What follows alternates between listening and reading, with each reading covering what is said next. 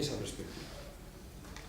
Lo que me gustaría preguntar un poco más, cuando dices que España necesita un sistema más basado en el trabajo antes que en la renta, ¿de qué forma? Porque si no tenéis un mundo basado por ejemplo en los autónomos, por la microeconomía, hay paro en España y tampoco las grandes empresas están fuertes. ¿Cómo ves tú la salida económica a la crisis? Vamos a ver, no hay en España una clase social con capacidad de generar un sistema productivo lo suficientemente vigoroso para crear empleo estable y mínimamente digno. Los autónomos han proliferado en España como consecuencia de la ausencia de empresas lo suficientemente innovadoras y sostenibles, y es el resultado de un proceso de externalización, de reducción de plantillas dentro de las empresas y de precarización laboral. Por tanto, la única salida que yo veo para recomponer un tejido productivo es que haya, por supuesto, una banca pública y un sector público importante con capacidad de generar ese tejido empresarial. Los autónomos, seguramente su porcentaje tiene que disminuir porque son porcentajes absolutamente ridículos, es decir, hay muchas cosas que se hacen simplemente mejor en una condición asalariada. No es necesario que haya 5 o 6 empresas de mantenimiento, con que haya una organizada de forma más racional es suficiente. Hay muchos autónomos, sin embargo, que sí ocupan un lugar importante en ese nuevo modelo productivo. Por ejemplo, te voy a dar un ejemplo. Tú sabes que la inmensa mayoría de los autónomos que se están quedando en el paro están asociados al sector de la construcción. Son los fontaneros. Una casa moderna exige de muchas instalaciones. Los fontaneros, gente que pone los aires acondicionados, gente que sabe hacer cosas, un nivel de cualificación medio, de contenido manual muy interesante, que ha ido, digamos, pues participando en la construcción de casas, etc. Un programa de reconversión energética basada en la construcción de centrales solares descentralizadas, es decir, de placas solares ubicadas en vecindarios, en pisos y en casas unifamiliares, con sistemas de almacenamiento energético descentralizado. No hace falta que todos tengamos nuestras pilas, pero sí hace falta que en un barrio, en una urbanización, pues haya centros de acumulación de energía solar. Daría inmediatamente trabajo aproximadamente a 300-350.000 de estas personas que ahora mismo se han quedado en el paro. Porque son exactamente estas personas las que saben y sabrían hacer este tipo de montajes. Hay muchas formas de organizar los autónomos para arrancarles o separarles de esa ética de la lucha de todos contra todos que se da en sitios como Italia. Por ejemplo, se pueden hacer cooperativas de autónomos.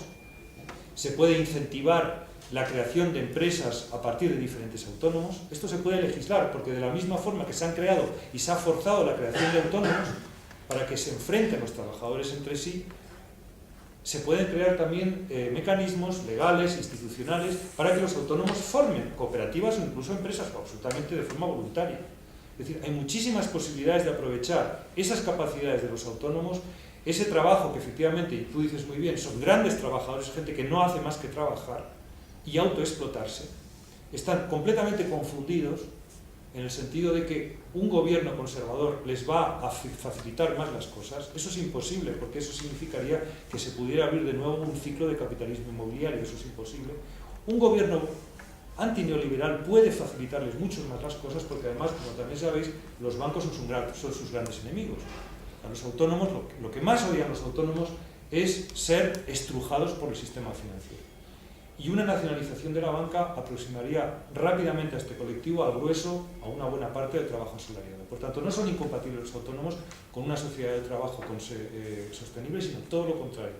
Siempre y cuando se cambie también y se ayude a los propios autónomos, no se les deje a su suerte, y se hagan políticas públicas y se fomente ese tipo de políticas a nivel, además, a nivel municipal y de pequeñas comunidades y asociaciones de municipios.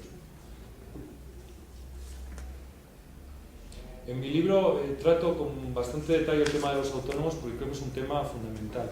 Es imposible entender el vuelco electoral del Partido Popular en el año 95-96 si no se entiende la proliferación, el aumento espectacular de los autónomos provocado por medidas políticas en el Levante español y en las islas. Eso es exactamente lo que provocó el cambio político. Pero asociado, sin embargo, a una expansión del sector inmobiliario y un abaratamiento de los créditos. Y eso precisamente ahora se va a acabar. Por eso personalmente tengo mucha preocupación por ver qué pasa con este colectivo. Por ese colectivo que en un momento de desclasamiento ha sufrido un boom, ha sufrido una mejora de sus condiciones sociales en los años 90 y 2000. Pero precisamente por eso, un desclasamiento rápido como el que está sufriendo puede generar comportamientos irracionales muy peligrosos y acercarnos peligrosamente a aventuras muy poco deseables desde el punto de vista del sentido común y de la civilización humana. La respuesta de ayer del pequeño comercio y sobre todo de la hostelería reafirma esa idea, ¿no?, de que el autónomo parece que es como un trabajo que se ha convertido en empresa. Y de hecho ayer pues, se publicó mínimamente esa convocatoria general. O sea que yo creo ahora mismo ese mensaje que tú antes la sería una... Sin duda, hay unos autónomos que son autónomos obligados. Son autónomos que no lo quisieron ser nunca y no lo quieren ser. Esos son autónomos que fueron obligados a ser autónomos porque se externalizaron departamentos, etcétera, mantenimiento, limpieza, todos lo conocemos. Hay otros autónomos que intentaron convertirse en empresarios, que se dividen en dos ramas. Unos que lo consiguieron, que crearon una pequeña empresa, ¿no?, y que creen en este sistema porque a este sistema les favoreció, y otro grupo mayoritario de autónomos que han sido arrojados a la cuneta del desempleo. Y ese segundo grupo yo creo que pueden vincularse al primer grupo y al resto de la sociedad sin ninguna duda, siempre y cuando se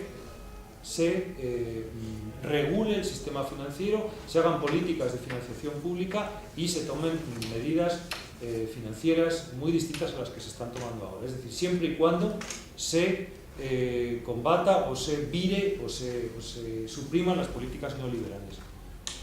Otra pregunta, ¿cómo encaja la banca pública dentro de la Unión Europea, tan liberal y antipública? ¿Qué herramientas se utilizan?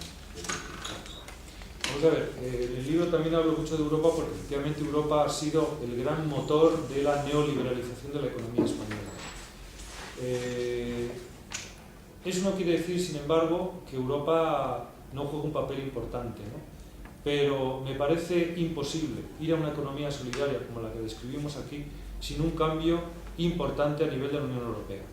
La Unión Europea hoy en día es una suma de países, regiones y empresas que se hacen la competencia a muerte entre sí. Y eso es lo que ha generado la situación de déficits comerciales tan brutales que a su vez ha saltado por los aires y que explica, por ejemplo, la crisis griega y la situación en España, en Portugal y en parte también en Irlanda. Tenemos que ir a una economía europea solidaria y ahí hay una pieza fundamental en todo esto y es Alemania.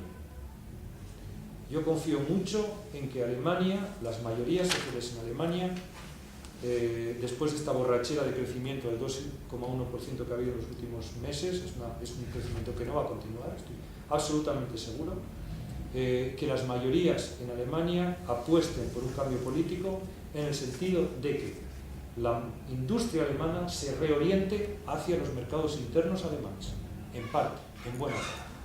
Alemania, no os olvidéis, es un país de 83 millones de habitantes, son mercados inmensos. Ese mercado, la reorientación de la industria alemana hacia el mercado interior alemán, que pasa por la subida salarial, obviamente, para que la demanda interna alemana sustituya a la demanda externa, aliviaría automáticamente al resto de las economías periféricas, entre ellas la española, y les permitiría hacer políticas económicas mucho más sostenibles y mucho más autocentradas también, puesto que no tendrían esa enorme presión competitiva que ejercen en este momento las empresas alemanas sobre el conjunto de la Unión Europea y que desestabilizan las balanzas comerciales y generan enormes turbulencias financieras. Por tanto, creo que el factor dentro de Europa determinante es Alemania y dentro de Alemania una serie de grupos sociales que podían estar recomponiéndose en este momento por otro tipo de economía. Eso nos abriría muchísimas posibilidades aquí. Realmente la refundación de la izquierda en España y en el resto de Europa también tiene mucho que ver con la refundación de la izquierda en Alemania, donde la izquierda ya se ha refundado y está consiguiendo resultados interesantes, ¿no? Son procesos complementarios. Es muy importante que todos planteemos a nivel europeo una refundación de nuestras respectivas izquierdas.